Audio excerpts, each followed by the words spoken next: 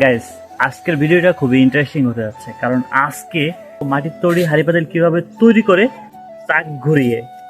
বিশ্বনাথ পাল তিনি হয়তোবা মৃৎশিল্পের ঐতিহ্য টিকিয়ে রেখেছেন। তার মতন হাজারো বিশ্বনাথ পাল মৃৎশিল্পকে এখনও বহন করে যাচ্ছে। তাদের এই সুদক্ষ কারুকার্যের মধ্য দিয়েই কিন্তু মৃৎশিল্প এখনও টিকে আছে। তবে চাহিদা কিছুটা কমেছে, তবে আমরা কিন্তু এখনও মৃৎশিল্পের ঐতিহ্য দেখতে পাচ্ছি তাদের এই সুদক্ষ কারুকার্যের মাধ্যমে। তারা অনেক দুর্ভোগ, অনেক ঝড়ঝাপটা বয়েছে এই মৃৎশিল্পকে কেন্দ্র করে। তবে যাই হোক, আজকে দেখতে থাকো তার সুদক্ষ কাজগুলো। কত সুন্দর করে কিন্তু চাক ঘুরে একটা জল রাখার যে ছোট হাঁড়ি অথবা ছোট কলস, এটা কিন্তু বানাইছে।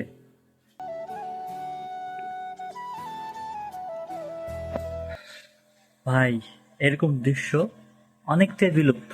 এই সুদক্ষ কারিগরের মাটির তৈরি কিছু জিনিসপাতি অবশ্যই তোমাদেরকে দেখাবো। এই মৃৎশিল্প থেকে এই জিনিসগুলো কেন জানি হারাই যাচ্ছে।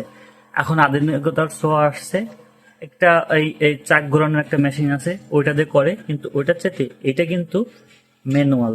আর সেটা তাদের যুগ থেকেই, তারাও ছোটবেলা থেকে এগুলো দেখে আসতেছে। ইভেন আমি তোমাদের মাঝে এই দৃশ্যটা তুলে ধরার এই জন্য চেষ্টা করলাম যে আমাদের মৃৎশিল্প প্রায় হারিয়ে যাওয়ার পথে।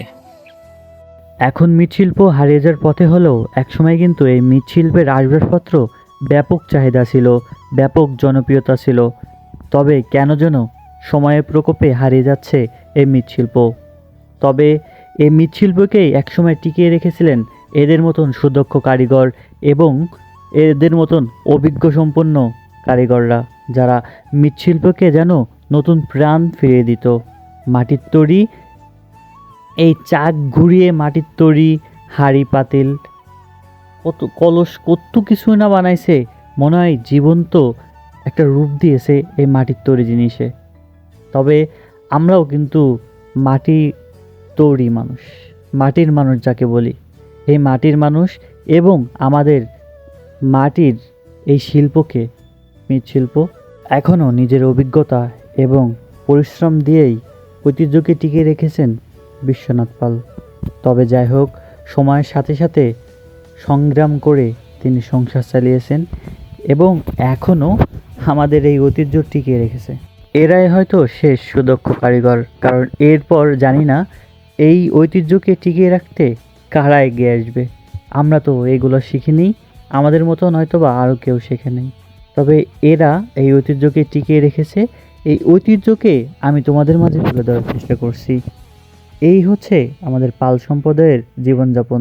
তারা এইভাবেই আদিম যুগ থেকে বর্তমান সময় পর্যন্ত এইভাবেই টিকে আছে মৃৎশিল্পের সুদক্ষ কাজের মাধ্যমে। তবে ভিডিওটি কেমন লাগলো কমেন্টে অবশ্যই জানিও। চাক ঘুরিয়ে এরকম জল রাখার যে পাত্র তৈরি করা হয়, জল রাখার যে কলস, ছোট কলস, এগুলাতে রসও পাতে এই ছোট হাঁড়িগুলোতে। এগুলো কিন্তু এখন সহজলভ্য না, এটা কষ্টসাধ্য, ধৈর্যের ব্যাপার এবং অভিজ্ঞতা অবশ্যই দরকার। আধুনিক যে মেশিনটা বাড়াইছে ওটার থেকে এটা অনেক গুণে ভালো, কারণ এই চাক ঘোরানো তুমি চাইলেই পারবো না, এটা অভিজ্ঞতা সম্পন্ন ব্যাপার। যাই হোক, মৃৎশিল্পের এই জিনিসটা দেখানো দরকার ছিল। আর একটা জিনিস আছে, ওইটা তোমাদেরকে আবার দেখাবো, বাট আজকের মতন চাক ঘুরানো কিভাবে একটা সুন্দর মাটির তৈরি পাত্র তৈরি করে সেটা দেখালাম। হ্যাঁ, ভিডিওটি যদি ভালো লাগে অবশ্যই লাইক, কমেন্ট, শেয়ার করে সাবস্ক্রাইব করে সাথে থাকো। দেখা হবে পরবর্তী কোনো ভিডিওতে।